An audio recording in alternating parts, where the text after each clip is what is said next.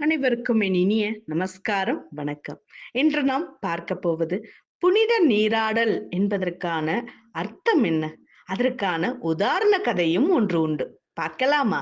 ஒரு சமயம் ஒரு ஞானியிடம் சென்ற சிலர், நாங்கள் புண்ணிய யாத்திரை சென்று புனித நதியில் நீராடி வரலாம் என்று இருக்கின்றோம். நீங்களும் எங்களுடன் வந்தால் நன்றாக இருக்கும் என அவரை அழைத்தார்கள். ஞானியோ, இப்பொழுது வருவதற்கான சாத்தியம் இல்லை. எனக்காக ஒரு உதவி செய்யுங்கள் என்று சொல்லி அவர்களிடம் ஒரு பாகற்காயை தந்து, நீங்கள் புனித நதியில் முழுகும் போதெல்லாம் இந்த பாகற்காயையும் தண்ணீரில் மூழ்க வைத்து எடுத்து என்னிடம் திரும்ப கொண்டு வந்து கொடுங்கள் என்றாராம். ஞானி சொன்னது போலவே அவர்களும் செய்து திரும்ப வந்து அவரிடம் அந்த பாகற்காயை பத்திரமாக ஒப்படைத்தார்கள். அவர் அந்த பாகற்காயை சிறு துண்டுகளாக நறுக்கி அனைவருக்கும் கொடுத்தார். புனித நதியில் மூழ்கி வந்த பாகற்காய் இப்பொழுது சாப்பிட்டு பாருங்க, தித்திக்கும் என்றார் ஞானி. ஆர்வமுடன் வாங்கிய அனைவரும் வாயில் போட்டு மென்ற வேகத்தில் முகம் மாறியது. தித்திக்கும்னு சொன்னீங்க, ஆனா கசக்குதே என்றார்கள்.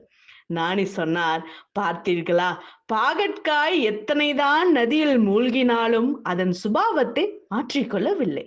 அதே போலவே நாம் நமது தவறான செயல்களையும் தீய பழக்கங்களையும் மாற்றி கொள்ளாமலோ அல்லது இந்த தீய குணங்களை விட்டு விடுகின்றேன் என்று பிரார்த்தனை செய்துவிட்டு அதனை கடைபிடிக்காமல் தீய குணங்களிலே இருந்து எந்த புண்ணிய தீர்த்தத்தில் 1000 முறை மூழ்கினாலும், எந்த கோவிலுக்கோ குளத்துக்கோ புண்ணிய ஸ்தலத்துக்கோ 1008 முறை வலம் வந்து விழுந்து விழுந்து வணங்கினாலும் எந்த பயனும் வந்துவிட போவதில்லை. மனங்களிலும் குணங்களிலும் அன்பு வந்தால்தான் வாழ்க்கை இனிமையாகும்.